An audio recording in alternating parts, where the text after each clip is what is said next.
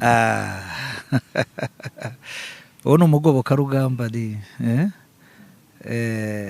His Excellence ati niruganiza ingamba aye ganza tukwifurije kuganza mu bana b'u Rwanda niwe nta wundi ganza mugobo w'ikirenga. Aha ure nta kumuvuga sinzi aho nahera.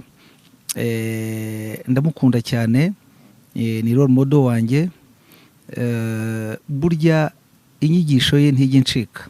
Iyo haje nka niyo speech naba ntari mu Rwanda ndiyaranja nkayishaka, kuko buri gihe hari ibyo nkuramo kandi nkabivanamo inganzo igafasha abantu benshi. Ni byinshi rero tumukesha, n'intwari utabona hano, n'imboneka rimwe.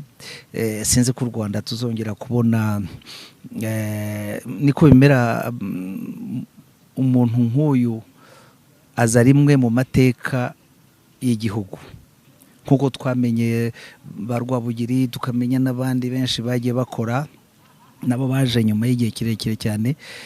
Habaho intwari, habaho umuyobozi mwiza, ariko muzima wujuje byose aza gake. Uyu rero ni nka Mesiyani, n'uw'Imana yaduhitiyemo iraduha kugira ngo dushobore kubona iki gihugu kandi atugejeje heza.